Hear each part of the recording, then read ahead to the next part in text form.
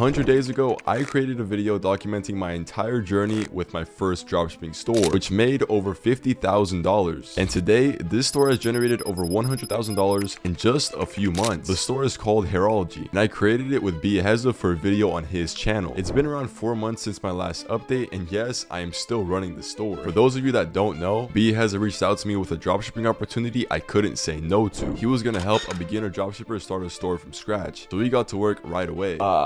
Let me get the product real quick. We found this winning product after testing a few others that didn't really work out. And in my video, which was uploaded around 3 months ago, I told you guys that the store was slowly starting to slow down, although I didn't talk about the profits of the store, which I will talk about later in this video. Stick around to the end. Let me tell you guys that the store did indeed begin to slow down, but not as much as I thought it would. See, I was expecting the store to shut down within a few weeks, simply because in dropshipping, when you leak your winning product, it will get oversaturated very quickly. But surprisingly, it continued making me money consistently, even till this day. And it would make sense to try to scale the store again. If the product is making money at a smaller scale, then why wouldn't it make money at the larger scale? Well, that really wasn't the case for me. Every time I would try to scale the store, the ads would begin to flop and run unprofitably. I tried this about 3 times, testing new ads, new strategies, new creatives, and even hopping on call with a TikTok specialist in hopes of some assistance. And she gave me some pretty good advice, although if you are somewhat skilled with TikTok ads, I wouldn't recommend hopping on the one-on-one calls they offer you. Some advice she gave me was to not drastically increase the budget on campaigns, which I was doing pretty often. She also told me to start tapping in with Spark ads and potentially getting into TikTok shop. If I'm being honest, I didn't really take her advice and just continued doing what was working for me. I guess you could say I got too comfortable. You go to your job.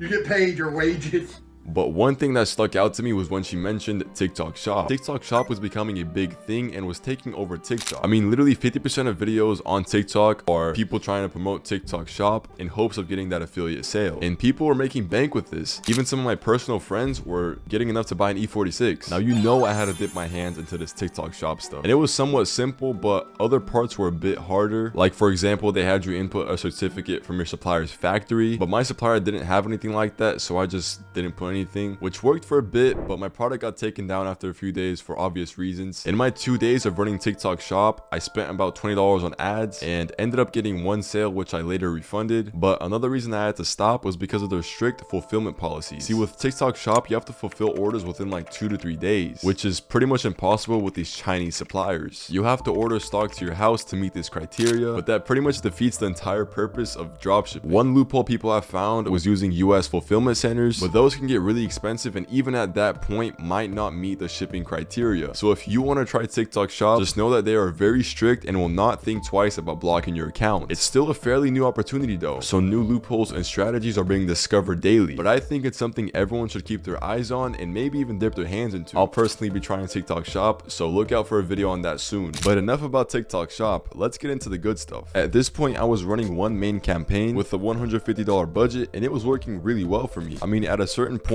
I just gave up trying to scale, left that one ad group running, and surprisingly it worked. I was consistently making anywhere from $100 to $600 daily. It was pretty volatile at first, but became somewhat consistent as the days went on. And even while filming this video, I just had a huge $600 day, which was followed up by like a $100 loss a few days later. The campaign I was running was just a CBO with like 30 of our best ads, and it would basically just find the best ad and put all the budget toward that one ad. Since you guys stole most of my ads already, I don't mind sharing one of my best performing ones just for you guys to maybe gain some inspiration from the ad. But basically this was the ad.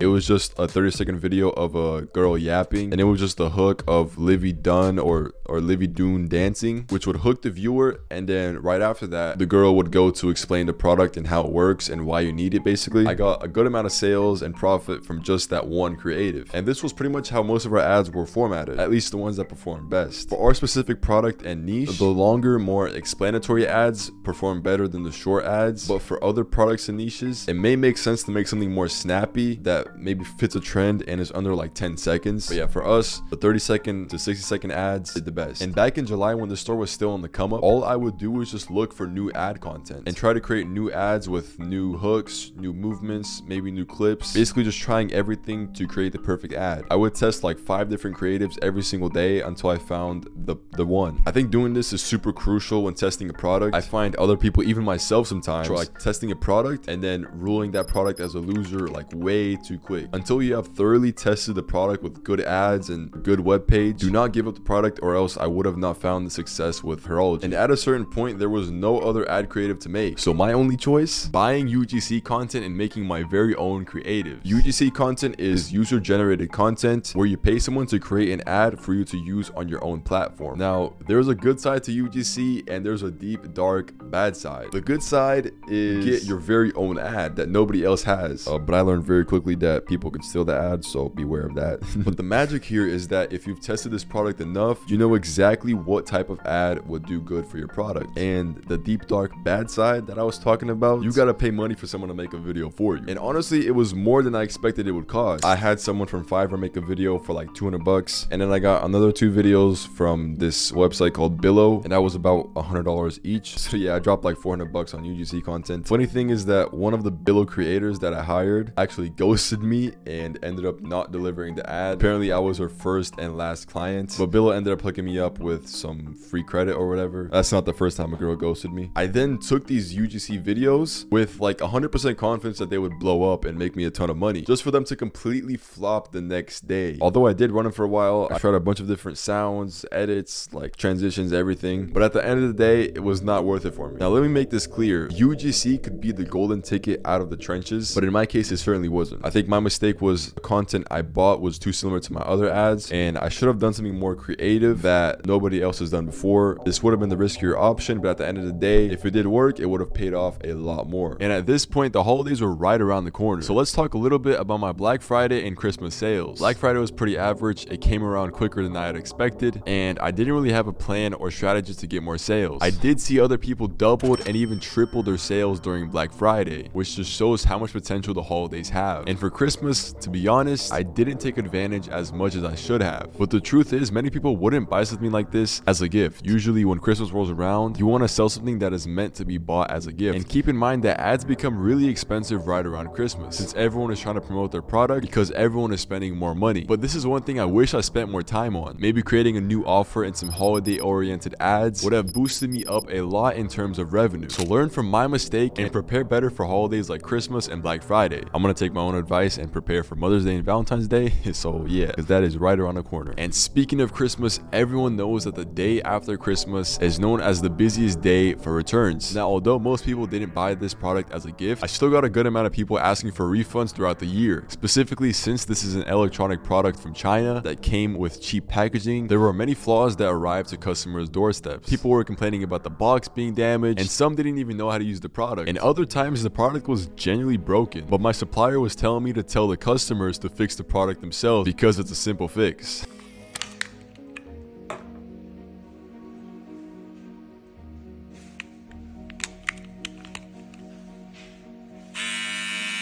This was, of course, before we switched to Zendrop. Big shout out to them. They've been a big help through all of this. And it was also to the point where I was getting a few chargebacks. The best way to deal with these is to offer like a 50% refund or offering a replacement product before the customer decides to charge back. At the beginning, I was fine dealing with customers, but after a while, it gets super time consuming responding to 20 angry customer emails every day, which is where I made my best decision to finally hire a VA, which I wish I would have done much sooner. Seriously, if you are currently running a somewhat successful dropshipping store and you still don't have a VA, I highly recommend you hop on Fiverr or Upwork and get yourself a VA ASAP. They'll appreciate you a lot. So yeah, at this point, my ads were running profitable and consistent. I have a support agent and everything was automated. So at this point, I was making a passive income. And since I had a bit more free time on my hands, I decided to test other products in the women's niche that would work on this store. And some of them did okay, but never in a scale that would make sense for me to run them up. From here is when I went on my journey to find new winning products products in other niches. And it was pretty cool since if I lost money testing a product, this store would pay for all my losses and I technically wouldn't lose any money, basically making it free for me to test as many dropshipping products as I wanted to. So let's talk a little bit about my profits. And the good thing is I have a spreadsheet set up for all my profits. I made it myself. It only took me like 2 hours to create, but it's super useful. To calculate the profits with dropshipping, you have to get your total revenue and then subtract that with your expenses, which is how you get the profit. The expenses are usually product costs, ad costs, and in this case, credit card fees plus anything else, you know, like subscriptions,